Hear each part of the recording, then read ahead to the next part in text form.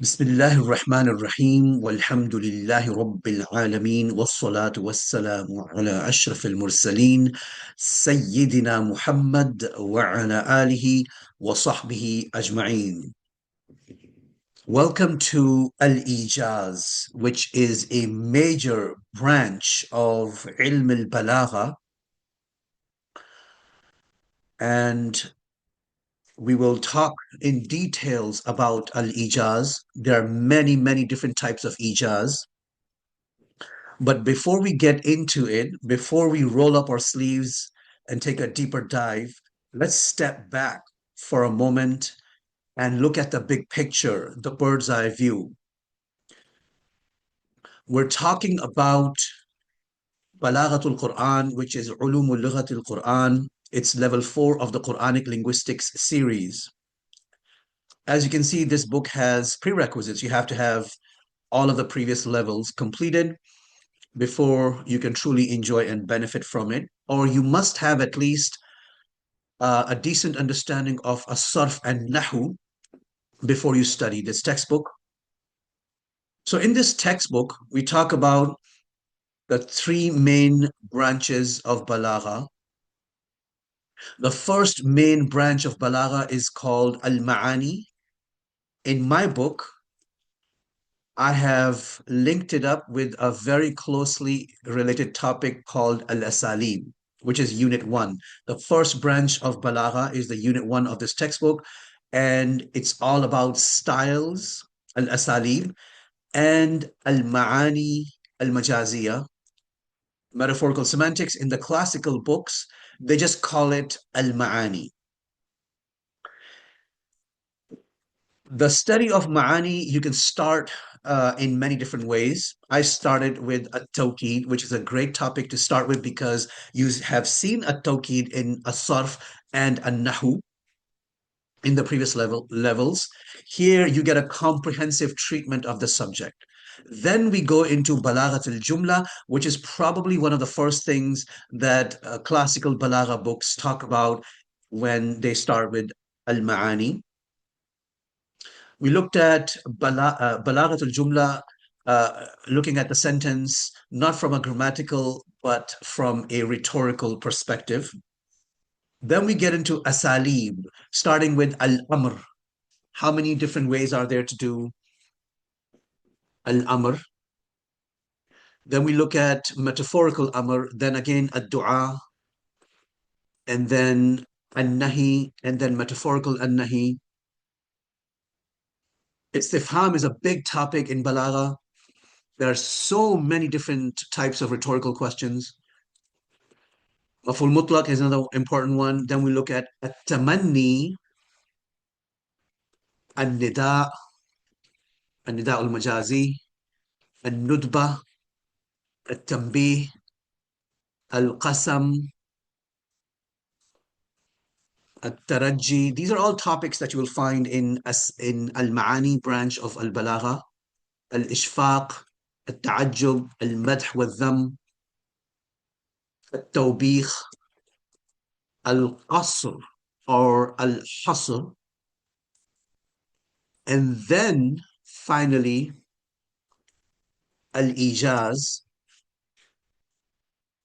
which is what we're going to get an introduction to today. And keep in mind, al-ijaz is a vast topic. I can write an entire book on ijaz. There's so many things, as you can see. There's so many topics listed in ijaz. And after ijaz, there's a few miscellaneous topics left over, such as al-am, wal-khasu, al-itnab, al-waslu, wal-fasl, التعظيم والتشريف الاهتمام الإهانة التسوية. And there are actually even more topics that you can find in more detailed books, such as Al-Balaghat al-Arabiya by the great scholar, Syrian scholar, Al-Sheikh Habannaki. The second branch of Balagha is Ilmul Bayan, which is all about figurative speech. You start with a tashbih, and on my YouTube channel, there's a playlist. There's a parallel course that I'm teaching in which I'm going over this. We just started it. You go into different types of metaphorical techniques and devices. And then you have the third major branch of Balagha, which is ilm al-badi. It's embellishing speech. And there are different topics that are covered. And then there's some miscellaneous topics. So that was a quick bird's eye view of this textbook. Before we get into al-Ejaz, which is a major branch of al-Ma'ani, which is the first and most important. I don't want to say important branch because they're all important. I would say the longest branch. Most of Balagha topics, chapters of Balagha have to do with al-Ma'ani. And within Ma'ani is another important branch called al-Ijaz. So what is this thing called al-Ijaz? Al-Ijaz is all about being brief and succinct, using few words and having a lot of meanings, packing more for less. A great scholar was once asked, "What is balagha?" And he responded by saying, "Al-balaghatu hiya al-Ijaz." Balagha is all about Ijaz. That's what he said. It's so important that he defined balagha as al-Ijaz. Of course, this may be a little bit of balagha because balagha is not just Ijaz, it's so many other things that we just saw in the table of contents of this textbook. But he said al-balagha hiya al-Ijaz. And the same person then went to another scholar and he asked him the same question, "What is al-balagha?" And the scholar gave an answer which is even better. He said, "Al-balaghatu al-Ijaz." He made it even more brief because the whole point of Ijaz is to be brief. So that's how important al-Ijaz is. Now, if you look at a tafsir of the Quran, one of the most important jobs of the mufassir is to clarify the Ijaz part by identifying things that are understood or implied or deduced without it being stated explicitly in the Quran. So you can see Ijaz is very important. To be brief, to be succinct, has to be done skillfully through the linguistic norms of the Arabic language. And when it comes to brevity, the Quran and Sunnah are the kings, they are the best. So al-Ijaz is defined, generally speaking, in many books as ikhtisarul kalam. Ikhtisar is to summarize, to shorten your speech, ma'al fa'ida, with some benefit. There has to be a benefit. There has to be a reason why you're making your speech shortened or abridged or summarized. If there's no fa'ida, then it leads to lack of clarity. And that's called ikhlal. We'll talk about it in just a minute. So that's the general definition of the science of al-Ijaz. I'm going to call it a science because it's such an important topic. According to the great linguist al-Jahiz, you can see he died in the 3rd century so early. He's a great scholar, heavily quoted. يستشهد من بكلامه. He says الإيجاز هو الجمع للمعاني الكثيرة بالألفاظ القليلة. It's to put together lots of meanings with few words. Beautiful definition. Another great scholar, Abu al-Hasan al-Rumani. Again, you can see he died in the 4th century, very early. He says al-Ijaz huwa al-ibara an al-gharad. It's an expression for the objective. You have an objective gharad and you're making an expression that is designed to express that objective بأقل ما يمكن, with the fewest possible words, بأقل ما يمكن, with the as few as possible, من الحروف, letters. So using as few letters as possible. So it's economy of words. The more eloquent you are, the fewer words you use to describe what you want. If you're using too many words, this is going on and on, rambling, that's called al-hashu. So it's an art, it's a science, it's an art. It takes a lot of exposure to Arabic language through Quran and Sunnah and poetry, especially Jahili poetry,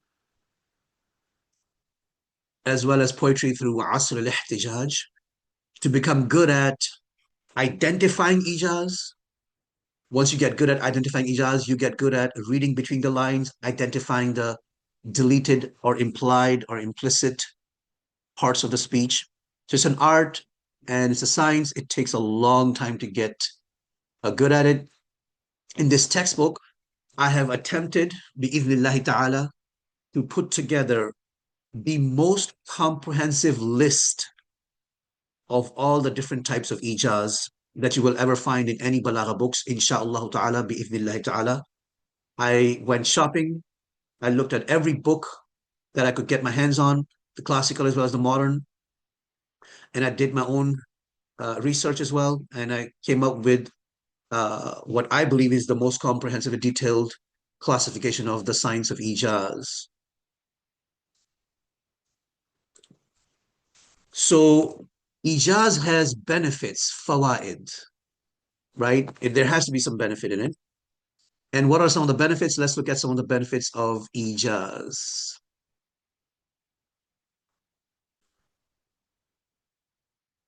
So fawaidul ijaz. Min fawaidul ijaz. Ijaz has so many fawaid.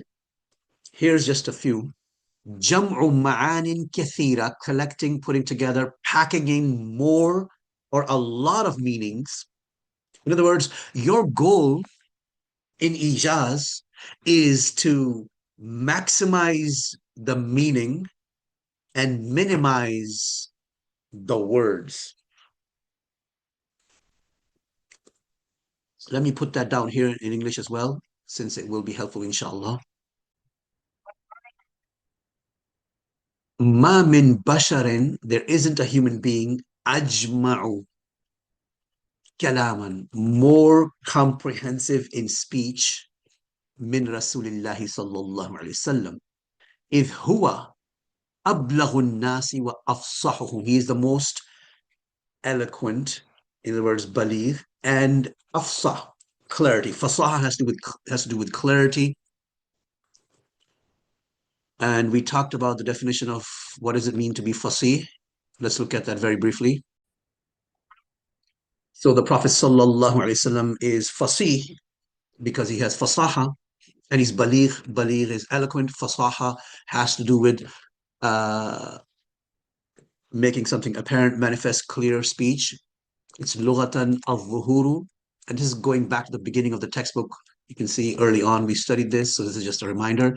Wal bayan, becoming apparent and clarified. فالكلام الفصيح. So what is kalam fasih? Speech that is fasih. ما كان واضح المعنى, clear meaning. سهل اللفظ, easy to pronounce. جيد السبك, the morphology is good, not strange or obscure or difficult. أي لا يكون مبهما, there's no vagueness. صعب التلفظ, there's no difficulty in pronunciation. غريبا للمخاطب, it's not strange for the mukhatab, the one that you're talking to, nor is it mukhalifan liqawaid as-sarf. It does not go against the qawaid as-sarf. It's a quick review of what it means to be fasih. So the Prophet sallallahu alaihi wasallam is fasih, afsahun nas wa ablaghum. And he surely said, وَقَدْ قَالْ أُوتِيتُ جَوَامِعَ الْكَلِمِ. He said, I have been given, that means Allah taught him, Jawami al-Kalim. Even this hadith is, subhanAllah, very baligh because it has ijaz in it. He said, Jawami al-Kalim. So, utitu, I have been given. You can see this is naib fa'il is tu because the fa'il is uf'il, which is form for majhul. Jawami is mafulun bihi thanin and it's mudaf and it's al-Kalim. Kalim is plural of kalimat, or plural of kalima. Kalimat is another way to say kalim, and you have, because they both are plural, and there are subtle differences between jam'u takfir and jam'u qilla, which we need not go into. And what's happening here is this is called idafatun na'tiyya. Aslulhu is al-kalim al-jawami'. What happens in this specific type of idafa, which is called idafatun na'tiyya, is you take the na'at, al-jawami, and by the way, jawami is plural of jami'atun. Mufraduhu jami'atun. It's fawa'il, plural of fa'ila. Like sawadiq is plural of sadiqatun. Sawahib is plural of sahibatun. So sometimes you see the mu'annath made plural with fawa'il. If you want more details, go to Quranic Linguistics Level 1, Sarf. Towards the end of the textbook in the 4th unit, you will see a chapter called Al-Fawa'il Jam'an lil Mu'annath al-Mufrad. So the Aslul Kalam is Al-Kalim Al-Jawami. Kalimatun Jami'atun would be singular. Al-Kalim Al-Jawami would be plural. Then what you do in this Idafa Na'tiyya is you take the Na'at Al-Jawami and you bring it forward. Syntax inversion. You're playing with the syntax, and so it becomes Jawami'a Al-Kalimi. So the Na'at becomes Mudaf, which forces the Man'u to become Mudaf ilay. I have been given Jawami al-Kalim, comprehensive words. This looks more like English as opposed to al-Kalim al-Jawami, words that are comprehensive. That's the standard Arabic. But when you bring forward the Mudaf ilay, when you bring forward the Na'at and make it Mudaf, then it starts to resemble English-like structure. So even in this, he is very comprehensive in his meanings. وَاخْتُصِرَتْ لِيَ الْأُمُورِ, and matters, things have become abridged, shortened for me, summarized for me. اختصارا, you can see tawqid here, full mutlaq. Beautiful hadith. So if you want to learn how to become expert in Ejaz, you start with the Quran and then as-Sunnah, and then of course you go to Jahili poetry. So coming back to Fawaid al-Ejaz.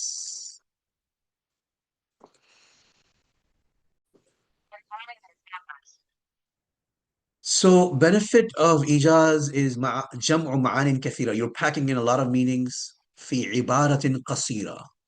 So it really goes back to this, maximizing meaning while minimizing words. So for example, a word in the dictionary has 5 meanings. You use that word and you want 3 out of the 5 meanings to be applicable. So you use a word that has many meanings, and the other 2 meanings are eliminated because of the context. وَالسُّرْعَةُ النَّقْلِ. It's rare that a word is used somewhere in the Quran or Hadith or Jahili poetry and all dictionary meanings are applicable simultaneously. That's unheard of. So yes, you will have a lot of meanings, but there's a limit. Not all of the meanings, dictionary meanings, would be applicable simultaneously.